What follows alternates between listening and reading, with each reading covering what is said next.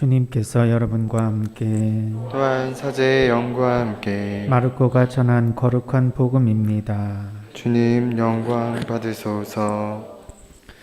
그때 예수님께서 베드로와 야고보와 요한만 따로 데리고 높은 산에 오르셨다. 그리고 그들 앞에서 모습이 변하셨다. 그분의 옷은 이 세상 어떤 마전장이도 그토록 하얗게 할 수 없을 만큼 새하얗게 빛났다. 그때 엘리야가 모세와 함께 그들 앞에 나타나 예수님과 이야기를 나누었다. 그러자 베드로가 나서서 예수님께 말하였다. 스승님, 저희가 여기에서 지내면 좋겠습니다. 저희가 초막 셋을 지어 하나는 스승님께, 하나는 모세께, 또 하나는 엘리야께 드리겠습니다. 사실 베드로는 무슨 말을 해야 할지 몰랐던 것이다. 제자들이 모두 겁에 질려 있었기 때문이다. 그때 구름이 일어 그들을 덮더니 그 구름 속에서 이는 내가 사랑하는 아들이니 너희는 그의 말을 들어라 하는 소리가 났다. 그 순간 그들이 둘러보자 더 이상 아무도 보이지 않고 예수님만 그들 곁에 계셨다. 그들이 산에서 내려올 때 예수님께서는 그들에게 사람의 아들이 죽은 이들 가운데서 다시 살아날 때까지 지금 본 것을 아무에게도 말하지 말라고 분부하셨다. 그들은 이 말씀을 지켰다. 그러나 죽은 이들 가운데서 다시 살아났다는 것이 무슨 뜻인지를 저희끼리 서로 물어보았다. 주님의 말씀입니다. 그리스도님 찬미합니다. 모두 앉으십시오. 찬미 예수님. 최영업 신부님에 대한 강론을 조금 하고자 합니다. 사실은 이제 제가 오고 나서 황 신부님께서 최영업 신부님의 편지를 주셔서 읽었던 적이 있었습니다. 그래서 읽다 보니까 진짜 눈물이 앞을 가리는 그런 시간이었는데요. 그 편지글의 조금을 읽어드리고 싶습니다. 마카오에서 1842년 신학교 학장 신부님께 보낸 이야기입니다.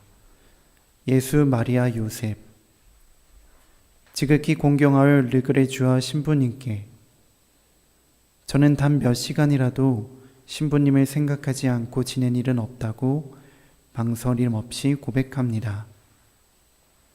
그러나 우리는 이 모든 쓰라림을 하느님을 위해 참습니다. 하나를 더 읽어드리겠습니다. 절골에서 1851년 제가 담당하는 그러한 공소, 즉 교우촌이 자그마치 127개나 되고 그러한 촌락에서 세례명을 가진 이들을 다 합하면 5,936명이나 됩니다. 한 공소에 고해자가 40명 내지 50명이 있어도 하루 안에 고해성사를 다 집전해 주어야 합니다. 반면에 고해자가 2명이나 3명밖에 없는 공소에서도 다음날 미사를 봉헌하고 신자에게 성체를 배령해 주어야 하기 때문에 하루를 묵어야 합니다. 저는 밤에만 외교인들 모르게 교우촌에 도착해야 하고 한밤중에 공소 순회의 모든 것을 끝마치고 새벽 동이 트기 전 그곳을 떠나야 합니다. 여러 가지 정말 많은 편지글들이 있었지만 제 눈에 드는 2가지 구절을 여러분들께 함께 나눴습니다. 신부님은 보통 한 해에 7,000리를 걸으셨다고 합니다.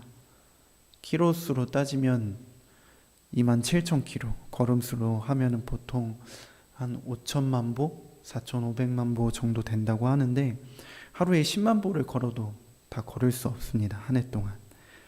정말 신부님의 그 발자취를 생각해 보면은 신부님께서 왜 길 위에 순교자이신지 되새겨 볼 수 있습니다. 빛나는 그분의 얼굴을 보기까지 최영업 신부님은 걷고 또 걸으면서 복음을 전하고 성사를 집전했습니다. 공소에 갈 때마다 신자들이 혹여나 잡혀갈까봐 밤에만 이동하셔야 했고 또 새벽 동이 트기 전 몰래 나오셔야 했다고 합니다. 또 들어가는 것이 발각되면은 성사도 주지 못하고 오랫동안 기다려온 신자들을 뒤로 한 채 또다시 길을 떠나야만 했다고 합니다. 말로서 설명할 수 없는 한 사람의 숭고한 행적은 나태한 우리의 신앙을 되돌아보게 합니다. 분명 지금 신부님은 하늘나라에서 또다시 우리를 위해 기도하고 계실 것입니다. 그러니 교회가, 우리가 그분을 더 기억하고 공경하며 본받는 것은 마땅하고 옳은 일일 것입니다. 사순 제2주일 순환전 그분의 거룩한 변모를 묵상하며 최영업 신부님을 만나는 신자들을 떠올려 보았습니다. 아마 그들에게는 최영업 신부님의 모습이 변모하신 예수님처럼 아름다웠을 것입니다. 그토록 기다리던 성사를 맛볼 수 있으니 신부님이 얼마나 빛이 나 보였겠습니까?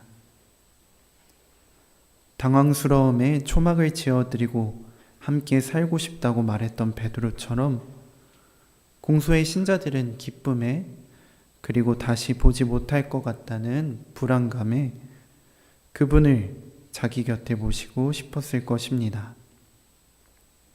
그러나 빛나는 모습을 거두고 다시금 순환의 여정을 걸어가셨던 예수님처럼 최영업 신부님은 신자들을 뒤로 한 채 또 다른 신자들을 위해 또 다른 공소로 향해야만 했습니다. 성경 구절 하나가 생각이 났습니다. 그리스도와 하나 되는 세례를 받은 여러분은 다 그리스도를 입었습니다. 갈라디아서 3장 27절의 말씀입니다. 세례를 통해 그리고 성직을 통해 토마스 신부님은 그리스도 그 자체로 살아가셨습니다. 그리스도를 입은 우리도 토마스 신부님처럼 그리스도를 증거하며 살아가야 할 것입니다. 나태함과 교만을 버리고 할 수 있는 가장 작은 일부터 성실하게 임하도록 합시다. 우리가 그분처럼 그리스도를 증거하며 매일을 살아갈 때 그분의 시복시성이 정말 뜻깊게 이루어질 수 있을 것입니다. 거룩한 변모를 온 삶으로 증거하셨던 그분을 기억하면서 우리도 세례를 통해서 거룩하게 된 사람임을 잊지 않는 한 주 보냈으면 좋겠습니다.